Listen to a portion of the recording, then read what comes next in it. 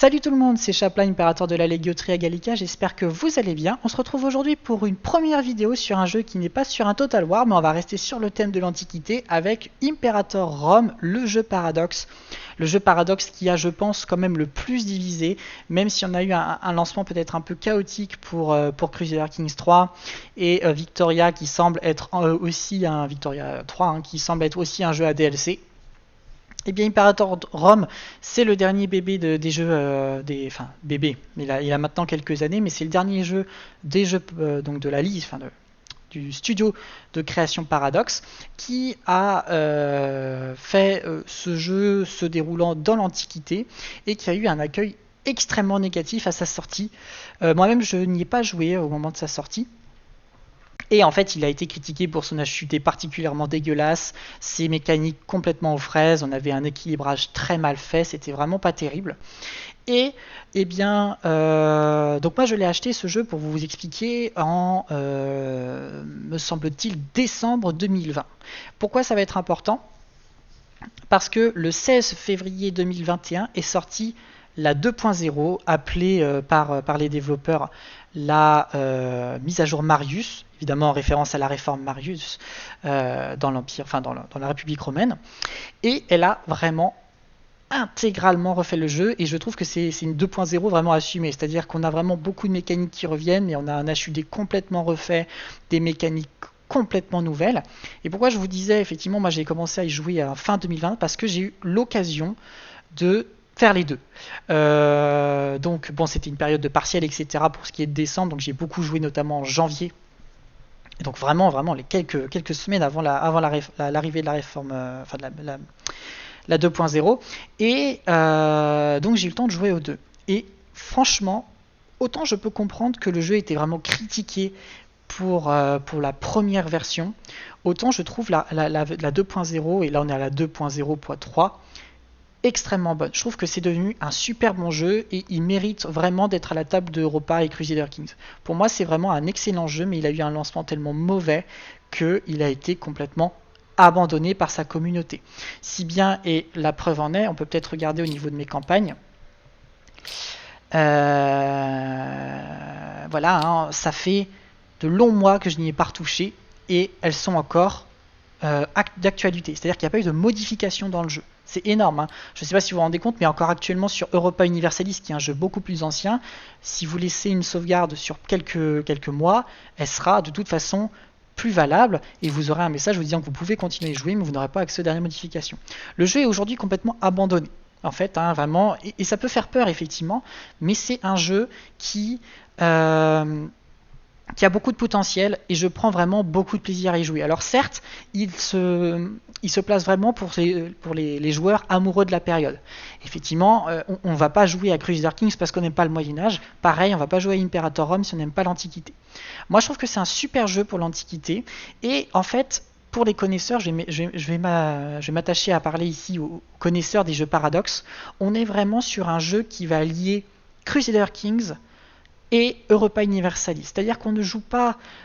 on est vraiment entre les deux. C'est assez compliqué à expliquer. On va vraiment avoir un pays qu'on va jouer à la Europa Universalis. Donc on va jouer Rome, on va jouer Athènes, on va jouer l'Égypte ptolémaïque, etc. Mais au sein de ce pays, il va y avoir des personnages avec des ambitions personnelles, avec une trésorerie personnelle, énormément de choses par personnage, qui va permettre en fait, d'avoir dans un pays une gestion interne très importante. Et Imperator Rome va, et je trouve que, alors j'ai pas joué à tous les jeux Paradox, j'en ai fait quand même beaucoup, Stellaris, Crusader Kings, Europa, Heart of Iron.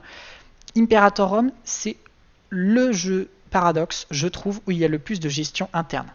Largement, mais vraiment largement. Donc, trêve de bavarderie, on va peut-être pouvoir commencer notre partie. Alors, hop, on va faire une nouvelle partie. Donc je suis très content de faire ce let's play, alors qui a été proposé. Oui, est-ce qu'on le fait? Non, est-ce que je le fais pas? Certains m'ont dit oui, certains m'ont dit non, puisqu'il y a des oui qui sont sortis. Bon, je me sens légitime à le faire. Et puis, encore une fois, je fais pas ça pour les vues. Je fais ça parce que c'est un jeu qui me tient. En fait, que j'ai vraiment l'impression qu'il y a une injustice pour ce jeu. Et ça me va très bien de passer un peu de temps pour montrer qu'il a du potentiel. Qui plaira pas à tout le monde parce que c'est un jeu qui, voilà, a ses propres mécaniques. Hein, mais qui, en soi, est très très intéressant. Nous sommes toujours en train de rusher, tout va bien. Alors j'espère qu'au niveau du son c'est bien, on n'est pas trop fort. Donc on est ici sur la carte. Déjà peut-être voir qu'on va jusqu'en Inde. Et puis évidemment hein, jusqu'en Europe occidentale et Afrique occidentale. Donc on a une carte relativement vaste. On est quand même sur un territoire de l'Antiquité, donc évidemment il y a des zones un peu, voilà, des zones inhabitées, pardon. On a des grands déserts qui effectivement n'ont pas d'habitants, mais on a quand même énormément de possibilités et évidemment on est sur un jeu paradoxe, on a un Europa-like. Je prends cet exemple parce qu'évidemment c'est plus connu. Je peux jouer techniquement n'importe quelle faction. Rome, la Macédoine de Cassandre, donc les Antipater, le royaume antigonide, on va avoir l'Arménie, etc. Alors, moi, je vais jouer Rome parce que Rome a quand même vraiment un truc assez intéressant. Enfin, c'est un peu comme sur Total War Rome 2. On sent que. J'espère que vous n'entendez pas que j'ouvre ma veste. Voilà, c'est pas très pro, mais j'ouvre ma veste parce que j'ai chaud. Donc, Rome. On sent que le jeu est quand même fait extrêmement tourné vers Rome en elle-même. Donc, c'est assez intéressant de la jouer. Moi, j'ai quelques DLC, on peut voir ici, il m'en manque. J'ai quelques DLC notamment qui donnent beaucoup de mécaniques différentes pour les diadoques. Mais pour avoir fait effectivement une partie avec l'Égypte, c'est intéressant les diadoques, mais en fait on est tellement tout le temps en train d'essayer de reformer l'empire d'Alexandre que je trouve ça un peu chiant. Rome, il y a vraiment la notion de allez, on va refaire l'empire romain, on avance petit à petit, voilà, c'est assez intéressant. Alors, on va jouer Rome, on va regarder au niveau de donc évidemment des stats, hein, de chaque état va avoir, vous voyez, différents, des héritages, un régime politique, etc. Et il va falloir jongler avec ça.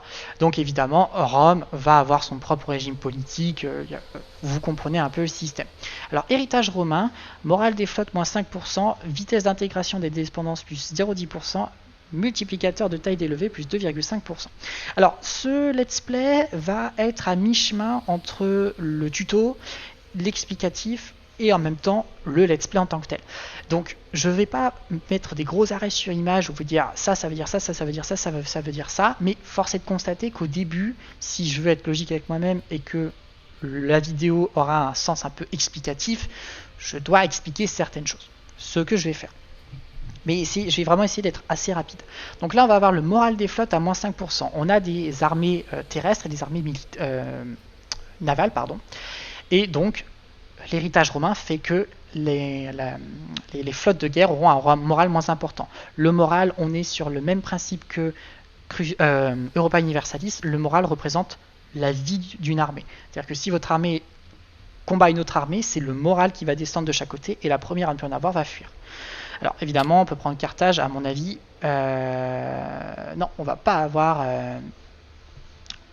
le schéma inverse. Donc c'est pas ça. Vitesse d'intégration des dépendances. Bon bah pareil, Rome va commencer. Je vais commencer avec quelques dépendances et peut-être même les regarder d'ailleurs. Non, non, on n'aura pas accès à assez de maps.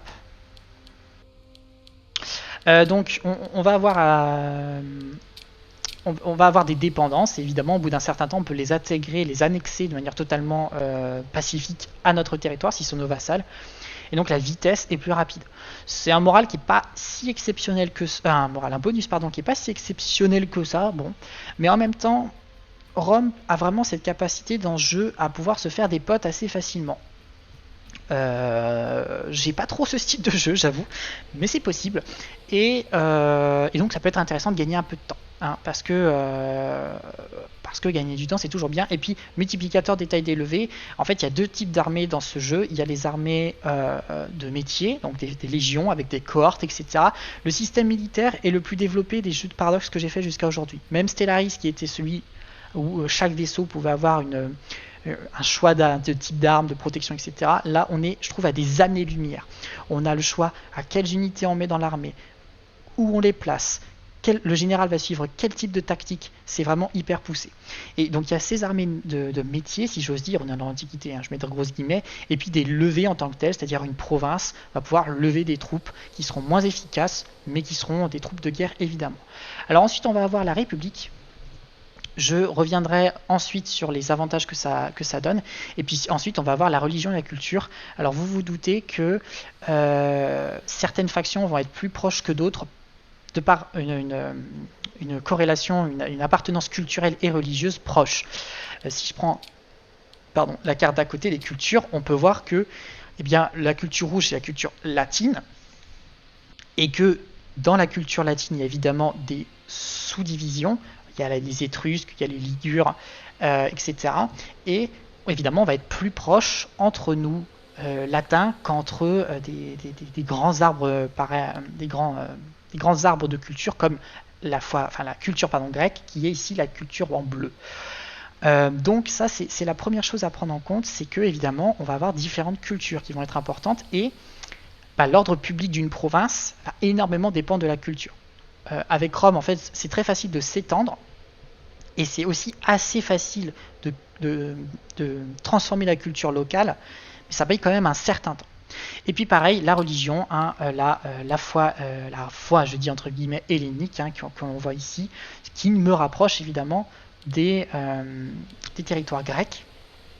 Ce qui est assez intéressant, et je terminerai là-dessus pour la religion, c'est que vous voyez par exemple l'Égypte, qui est évidemment un territoire hellénique, hein, avec donc les diadoques au pouvoir, eh bien leur religion n'est majoritairement pas hellénique. Et pour avoir effectivement joué l'Égypte dans une partie, c'est extrêmement compliqué de modifier la religion lorsqu'elle est profondément ancrée dans la population locale. Et évidemment, si on ne le fait pas, ça pose des malus d'ordre public. Alors ensuite, on va avoir la religion qui va apporter, donc la religion hellénique, hein, qui va offrir la satisfaction des citoyens plus 8%. En fait, il y a différentes classes, des esclaves jusqu'aux patriciens, enfin des nobles plutôt. Et chaque population, il y a 5 classes me semble-t-il, a un bonheur par province et par ordre. Et donc, là, la foi hellénique offre aux citoyens un certain bonus qui me permet d'avoir moins de problèmes avec eux. Et enfin, la culture romaine ne m'offre pas de choses particulières. Alors ensuite, on va avoir les dirigeants de mon état actuel. Donc ce ne sont pas des personnes que je vais jouer. Publius Sempronius Sophus et Sulpicius Saverio, ne vont pas être des personnes que je vais jouer. Par contre, c'est des personnes avec qui je vais, en gros, avoir des interactions, si vous voulez. Avec ces personnages. Alors ils vont avoir différents stats, la martialité, la finesse, le charisme et la ferveur, qui vont être importants à avoir avec un certain stade. Il faut que ce soit haut. Là par exemple les deux ont de très bons stats, hein. Quand on atteint ces stades là, c'est vraiment cool, et ça va permettre tout un tas de choses qu'on verra ensemble par la suite. Ensuite on va avoir différents stats, le nombre de localités, donc le nombre de provinces, de territoires que j'ai, les populations que j'ai, et ensuite ce que je vous disais, les différents types de populations qu'un État va avoir. Donc on voit qu'actuellement j'ai 9 populations de nobles, 138 citoyens, 135 hommes libres, 24 tribaux et 93 esclaves. Et puis ensuite on voit que effectivement j'ai déjà des dépendances, donc ces territoires sont mes dépendances. Alors je vais jouer en... Je n'ai pas réfléchi à cette question. En fait, le problème, c'est que il n'y a pas de... Je pense que je vais rester en normal parce que on est sur un système où, en fait, si je mets en difficile, j'aurais juste les autres factions auraient juste des bonus. Ils ne sont pas plus intelligentes. C'est vraiment un genre de système que j'aime pas du tout. Donc, je passe, je vais rester en normal et on va profiter du jeu dans sa fonction classique. On commence. Alors, ici on a un premier, voilà, c'est un moyen de donner un petit contexte historique. Je vous laisserai mettre pause si vous souhaitez lire. J'en ai pas beaucoup d'intérêt à le lire. Alors déjà, plusieurs choses. Ça va être assez long à expliquer, donc je pense que ça va être l'épisode 0. Hein, je le dis, bon maintenant on est à plus de 14 minutes de vidéo, ça va être l'épisode 0 où en fait ça va être extrêmement... Là on est vraiment dans un vrai tutoriel et je pense que l'épisode 1 commencera vraiment la prochaine fois. Je m'excuse, si jamais vous connaissez le jeu ou si jamais vous voulez apprendre pendant que j'y joue, revenez pour la prochaine vidéo, mais en même temps je pense que c'est important que tout soit à peu près clair. Donc, voilà mon état actuellement, hein, donc Rome, et on peut voir ici différentes ressources. Alors d'abord la trésorerie qui va me permettre de entretenir mes troupes, certains événements vont me faire perdre de l'argent, et je précise bien que c'est ma trésorerie. Donc c'est une sorte de trésorerie publique, hein, comme Rome il y avait une trésorerie publique, mais par exemple mes consuls ont leur propre trésorerie. Et parfois je vais avoir des événements qui vont inclure mes consuls, et vu que ce sont les personnes au pouvoir, bah, j'aimerais bien qu'il ne soit pas discrédité, ou plus tard avec mon empereur. Donc, bah, si l'événement lui fait perdre de l'argent, soit à lui, soit à la trésorerie publique, mais que lui, vu qu'il n'en a plus beaucoup, bah, il risque de moins être aimé, et bah, je vais plutôt privilégier le fait de lui enlever à lui ou à moi, selon ce que je veux. Donc ça, c'est assez intéressant. On a vraiment une gestion en interne vraiment super poussée. Alors ensuite, on a le détail des revenus, hein, je reviens pas dessus. Je vais peut-être baisser un peu le son quand même. Je m'excuse. Hop. Voilà. Ensuite, on va avoir les effectifs. Alors ça, c'est un petit peu à la Europa-like. J'ai beaucoup utilisé ce terme plutôt que Paradox-like parce que ça va vraiment dépendre. Mais Europa étant le jeu Paradox par excellence, je vais surtout souvent citer Europa Universalis, bien évidemment Europa Universalis 4. Hein. Donc, on a les effectifs, ça va être le nombre de troupes qu'il va y avoir dans mes légions. Et lorsqu'il va y avoir une bataille, ma légion va avoir des pertes. Et c'est ces ressources-là qui vont être pompées pour être réinjectées dans mon arme. Ici, on va avoir l'influence, on y reviendra un peu plus tard, mais ça va me permettre notamment de prendre des décisions vraiment très spécifiques, de revendiquer des territoires, me semble-t-il, mais j'ai un petit doute là-dessus, et donc on reviendra sur ce sujet. L'expérience militaire, alors ça va être le fait, mes légions, quand elles vont stationner, elles peuvent rien foutre, elles peuvent aussi s'entraîner et gagner de l'expérience militaire et m'allouer un certain nombre de bonus en fait. Ici, la stabilité, alors ça va toujours tendre vers 50. C'est-à-dire que là, elle a 50 plus 16, plus 0,16, hein, mais elle va toujours tendre vers 50. Et en fait, je vais avoir des événements qui vont la faire plus ou moins baisser, sachant que mon objectif, c'est qu'elle soit le plus haut possible. Mais quoi qu'il arrive, si je suis à 100 de stabilité, elle va toujours essayer de redescendre vers 50. Donc ça, c'est un truc à prendre en compte, c'est que de elle-même, la stabilité redescend. L'expansion agressive, donc là ça va être si je prends 40 000 territoires d'un coup, et ben les gens ils vont pas trop aimer et je vais avoir d'expansion agressive qui va m'allouer des malus d'ordre diplomatique notamment, mais pas que. Ici on va avoir la lassitude de guerre. Si je suis en guerre contre une faction depuis trop longtemps, eh bien je vais avoir de la lassitude de guerre qui va m'allouer certains malus d'ordre économique notamment. La tyrannie, je peux prendre des décisions sans vraiment prendre en compte l'avis de la population ou l'avis du conseil selon le régime politique. Et eh bien, la tyrannie peut augmenter, sachant que la tyrannie va appliquer un certain nombre de malus. Mais là où je trouve le jeu très très intéressant, c'est que notamment pour l'Empire, enfin pour la République romaine, justement, pour devenir l'Empire romain, il faut un peu de tyrannie. Et en fait, la tyrannie, si on la joue bien, elle est super pratique. Et c'est ça que j'adore, c'est vraiment, on est vraiment dans une ambivalence. On doit jongler avec ça. Et la tyrannie, eh bien, ça va nous permettre de prendre des décisions beaucoup plus faciles sans avoir de compte à rendre. Et c'est vachement pratique en fait. Hein. Et encore une fois, pour passer à l'Empire, ce qui va être l'objectif de ce let's play, eh bien, il va quand même falloir avoir un peu de tyrannie. Hein. Donc, on va faire les gros salopards dans ce let's play. Mais ça va être assez intéressant, vous allez voir. Et puis ensuite, on termine l'approbation du Sénat. Donc ça va être par rapport... C'est une approbation qui est faite selon les différents partis qui va me permettre ou non de prendre telle ou telle mesure. Si jamais j'ai pas un certain nombre d'approbations, bah, je pourrais pas le faire notamment. Enfin, c'est assez intéressant, mais on verra ça par la suite. Donc ça c'était pour les ressources. J'espère que je suis assez clair. Pour ce qui est de ce premier onglet, donc, on va avoir un certain nombre d'informations, la culture, on voit que par exemple, j'ai beaucoup de culture hellénique sur mon territoire, mais pas uniquement, bien évidemment ça va descendre, hein. Plus le temps va avancer, plus je vais m'étendre sur des territoires qui ne sont pas de ma culture, et donc au bout d'un moment, il va falloir trouver des solutions pour faciliter mes conquêtes et rendre les territoires pacifiques. La religion, ici, mes populations.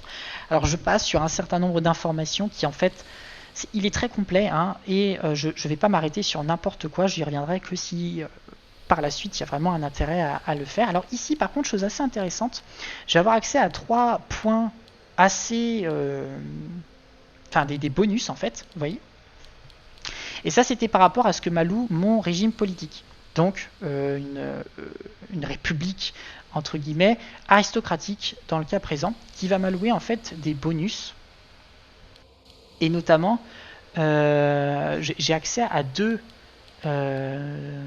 niveaux, enfin deux doctrines militaires qui sont ici, et une doctrine oratoire, sachant qu'il y en a d'autres. Alors en fait je peux prendre de tout, mais la différence c'est qu'il me semble que mes doctrines militaires seront plus efficaces que prévu. Si je prends par exemple une doctrine oratoire sur cette doctrine militaire, elle sera moins efficace. Parce qu'on a vraiment un pays tourné vers la guerre et vers l'art oratoire.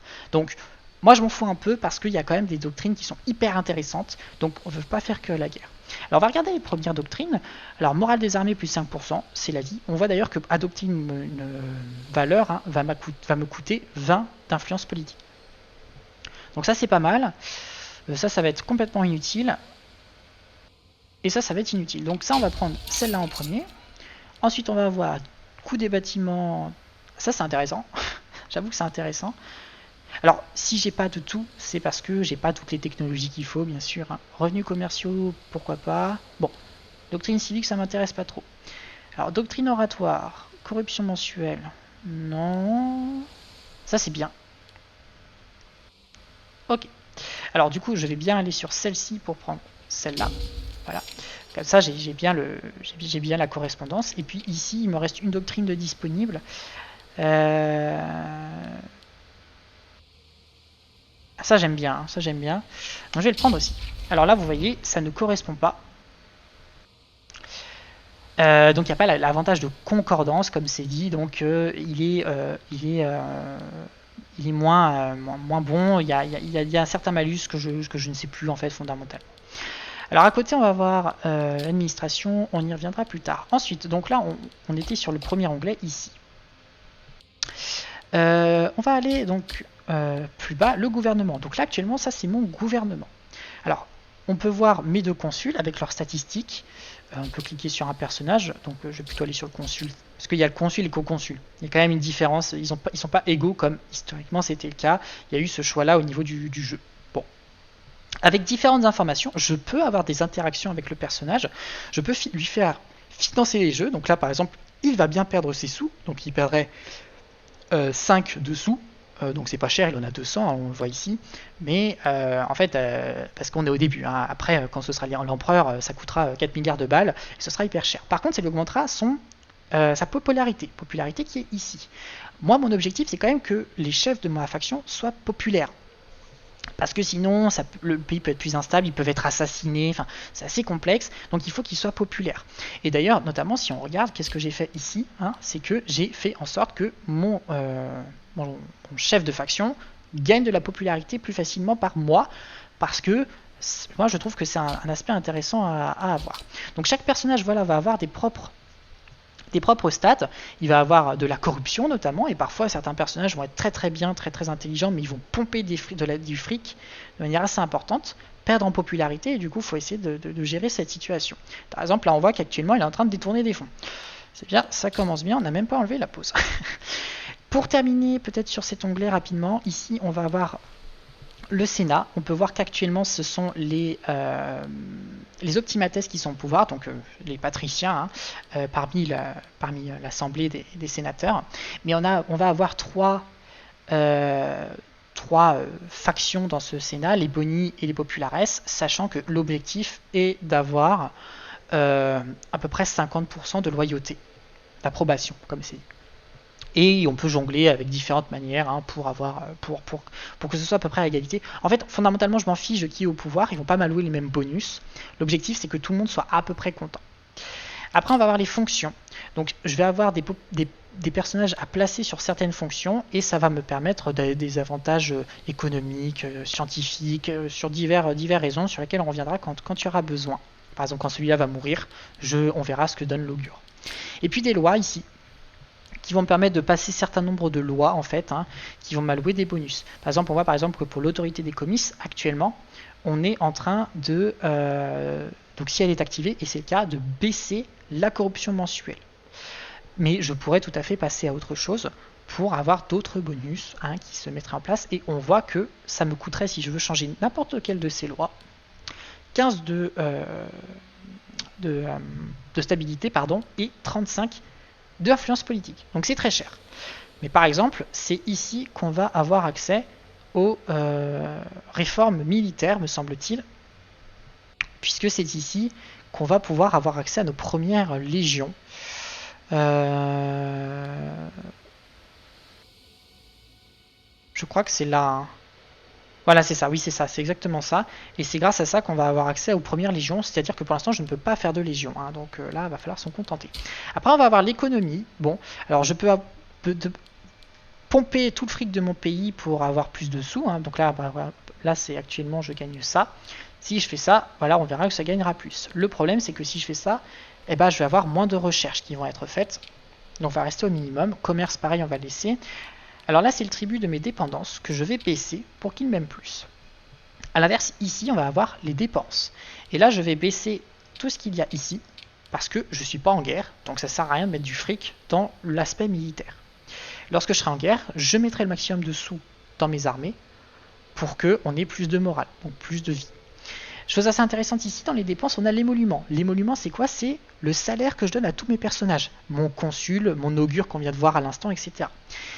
Je peux le baisser, donc ça coûte très cher l'émolument. Pour l'instant, ça coûte que dalle, mais à la fin, il y a des personnages qui sont corrompus, qui demandent beaucoup d'argent et ça coûte très cher. Donc peut-être que je serai amené à le faire, mais il faut hésiter parce que si je le fais, la corruption mensuelle augmente toute seule. Donc c'est un juste équilibre à avoir et si on ne gère pas bien, c'est compliqué. On peut à l'inverse mettre énormément d'argent pour baisser la corruption mensuelle et donc en fait arroser de pognon tout le monde. Au niveau de la religion, on va avoir différents dieux que je peux mettre en avant. Par exemple, là, on a Mars, Mercure, Jupiter et Cérès, mais je peux changer. Par exemple, on peut dire, bon, bah, Rome sera plus dédié à Neptune, Hercule, etc. Et chaque dieu, en fait, va avoir un bonus que si je mets en avant, donc ce dieu, hein, je vais le gagner de toute façon. C'est-à-dire que Mars, actuellement, j'ai ça qui est donné, donc mes armées ont plus 3 de morale. Avec Mercure, production des citoyens, donc de manière économique, plus 10%, etc. Jupiter, voilà. Et ce qui est intéressant, c'est que je peux décider de prier un dieu parmi ces dieux, encore plus, et avoir accès au deuxième écran de religion. Alors, je ferai peut-être en interne le choix de la religion à faire, parce que là, je n'ai pas le temps de regarder. Donc je ferai ça. Et aussi intéressant, c'est qu'un dieu peut avoir un temple. Par exemple, là, on a le temple de Jupiter, avec à l'intérieur des reliques, qui en plus me donnent d'autres bonus. Là d'ailleurs on voit que j'ai 2 sites sacrés, j'ai Rome et Capoue. Ensuite on va avoir la culture, je reviendrai là-dessus plus tard. Le commerce, je reviendrai dessus plus tard, même si le commerce est je trouve pas le plus intéressant dans le jeu, même s'il y a des choses à faire et nécessaires, l'importation de blé notamment, etc. L'aspect militaire, là on voit actuellement mes différentes troupes. Donc là, ce sont des levées. C'est pas des légions. Si je vais dans l'onglet légion, je peux pas les lever ces troupes. Donc je peux pas avoir des légions. Par contre, mes levées, j'en ai, qui me sont données par mes provinces. Donc mes provinces, ça va être là. Vous voyez que j'ai le Latium et la Grande Grèce. Non, c'est ça. Voilà. Donc l'Italie, pardon, et la Grande Grèce.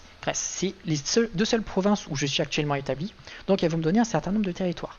Puisque j'ai pas mal de territoires en Italie, eh bien vous voyez que mes troupes d'Italie sont plus importantes que la Grande Grèce. Et plus je vais m'étendre en Grande Grèce, plus je vais avoir accès à des levées de Grande Grèce importantes. Sachant que 3 unités, c'est minimum. Mais j'ai vraiment rien du tout en Grande Grèce. Alors la Grande Grèce, vous voyez, c'est vraiment la botte italienne, mais aussi la Sicile. Magna Graecia, de son prénom. Enfin, on va avoir les traditions qui vont permettre d'avoir des bonus donnés à mes unités de manière plus importante, surtout le long de la partie. Les mercenaires, j'y reviens pas, c'est facile. Je veux ces unités, je racle de la thune et je les ai. Diplomatie. Eh bien, je peux avoir tout un tas d'interactions avec différents peuples. Hein. Par exemple, là, je discute avec les Étrusques. Vous voyez ce que je peux lui proposer, ce que je peux faire. Je peux lui demander un accès militaire, il acceptera, mais je peux lui offrir l'accès militaire, il refusera. Il ne voudra pas, il s'en fiche. On peut avoir différentes utilisations de choses qu'on a vues là. Notamment, je peux fabriquer une revendication en payant 20 d'influence politique, ce qui me permettra d'avoir un casus belli et de lui déclarer la guerre. Donc ça, c'est des choses qu'il peut avoir, sachant que d'ailleurs, moi, vous voyez que Rome est actuellement en posture belliqueuse. Donc, je peux changer hein, pour avoir une posture neutre. Là, en posture belliqueuse, j'ai des bonus. Mes revendications sont moins chères à faire. Par contre, les gens m'aiment moins. Donc, il y a tout un aspect diplomatique à prendre en compte. Ensuite, les technologies. J'y reviendrai, je pense, au tout début de la prochaine vidéo. Les personnages et familles. Bon, là, on va avoir un panel de tous les personnages qui habitent dans mon territoire avec différentes informations, leur famille, où est-ce qu'ils sont, quels sont leurs stats, etc. Et puis enfin les missions. Alors les missions, pourquoi elles sont importantes dans le jeu? Je vais commencer la première parce que en fait on va avoir accès à vraiment des missions qui vont orienter nos conquêtes et qui nous permettent vraiment de refaire l'Empire romain, enfin in fine à atteindre l'Empire romain, et vraiment comme Rome l'a fait elle-même, c'est-à-dire vraiment suivre des arbres de missions comme on le voit là, qui vont déboucher en fait, là c'est l'Italie romaine, mais ensuite par exemple j'aurai le choix entre conquête de la Grèce, conquête de la Gaule, donc du nord de l'Italie, ou conquête de la Gaule, guerre contre Carthage, etc. Et ça va vraiment orienter nos conquêtes en fait, et permettre eh bien, d'avoir vraiment une évolution de notre état comme l'a eu Rome à l'époque. Voilà, donc on peut voir d'ailleurs que j'ai 2 missions déjà réussies. Ah non, en fait, si je prends ça, je ne pourrais plus prendre celle-ci. Hop, donc là je fais ça, vous voyez que je l'ai activé. Et donc là c'est une barre d'ailleurs. Hein. Et quand elle sera activée, je vais avoir des revendications tout autour. Donc j'ai pas besoin d'utiliser de l'influence pour avoir accès aux états autour de moi. Alors le commerce, ici Rome, on peut voir, on va essayer de faire ça quand même rapidement, parce qu'évidemment j'ai pas encore traité l'aspect des provinces. Vous voyez, chaque province, donc ça c'est une province, enfin c'est pas une région, hein. C'est-à-dire c'est une province, et dans les provinces, donc vous avez des régions. Donc là la région du Latium. Ici on a Rome, mais en fait on a d'autres cités, et vous voyez qu'on a vraiment différents états à chaque fois. Rome c'est une cité. Tibur est une cité aussi. Par contre, Norba à côté, c'est seulement un établissement. Et il va y avoir dans chaque province une gestion interne de la province. Et d'ailleurs, chaque province va être gouvernée par un différent personnage, un gouverneur donc bien sûr, hein, et va falloir être très attentif à ce qu'il fait parce que parfois il peut nous la mettre à l'envers. Je vais assez rapidement et je termine là-dessus. On va faire l'importation des ressources. Alors ce qu'il faut c'est du céréal. Donc là je vais en importer. Hop, on peut le faire. Donc là on a l'état à côté. Donc je prends depuis Carthage, il n'y a pas de problème. On peut voir que j'ai 6 routes à faire en tout. Donc là j'en ai pris 3. Le fer me semble-t-il va m'offrir ça va pas m'intéresser. Non, ce qu'il me faut c'est un peu de satisfaction. Ça c'est bien. Hop, donc là il y a des routes commerciales qui se créent, hein, donc il y a vraiment toute une dimension diplomatique qui se met en place. Coût des bâtiments avec de la pierre, on prend, et du coup 5 sur 6. Donc là j'ai pris beaucoup de nourriture, on va prendre du sel qui va réduire l'entretien des unités sur la case. Alors en gros il y a une chose très importante à gérer sur une province, et je vais arrêter la vidéo sur les provinces, c'est ça. La loyauté. C'est-à-dire que là, vous voyez, on a des stats de la province qui va... Là, actuellement, il y a un petit plus à côté de la main. La main, c'est le symbole de la loyauté, que ce soit un personnage ou une province. Donc là, on voit que je suis à 100% et que ça monte. Donc j'ai pas de problème, la province m'est loyale. Par contre, si elle m'est déloyale parce que, par exemple, eh bien, il n'y a pas de foi hellénique sur place, ou alors on n'est pas du tout latin dans le coin, donc c'est des gens qui sont pas... Ou alors on vient de prendre le territoire parce qu'on était en guerre, donc c'est des gens qui nous aiment pas. Eh bien, la loyauté risque de descendre. Et si elle arrive à 0, la province entière va se révolter avec une armée qui pop, qui n'est pas non plus fondamentalement grosse, mais qu'il faut régler la question. Et donc, eh bien, il va falloir jouer avec ça. Alors, on peut avoir un gouverneur qui va avoir la finesse, et donc là, on explique l'un des premiers points. D'ailleurs, on voit qu'il est donc consul et gouverneur de la province, hein. Mais donc il y a la finesse qui va jouer vraiment beaucoup sur la loyauté de la province, hein. Si le mec est intelligent et a une bonne finesse, eh bien les gens vont mieux l'aimer, ils seront plus loyaux. Et là en fait il y a différentes politiques que je peux mettre en place qui vont me coûter de l'influence, mais qui peuvent permettre certaines choses. Et là par exemple répression implacable, plus 0,30 de loyauté par mois. Il y a d'autres trucs très intéressants, et notamment quand on va prendre une province, qu'est-ce qu'on va faire? Conversion religieuse, schlack. On a des bonus pour, je sais pas, des Gaulois, les faire devenir de culture, de religion hellénique.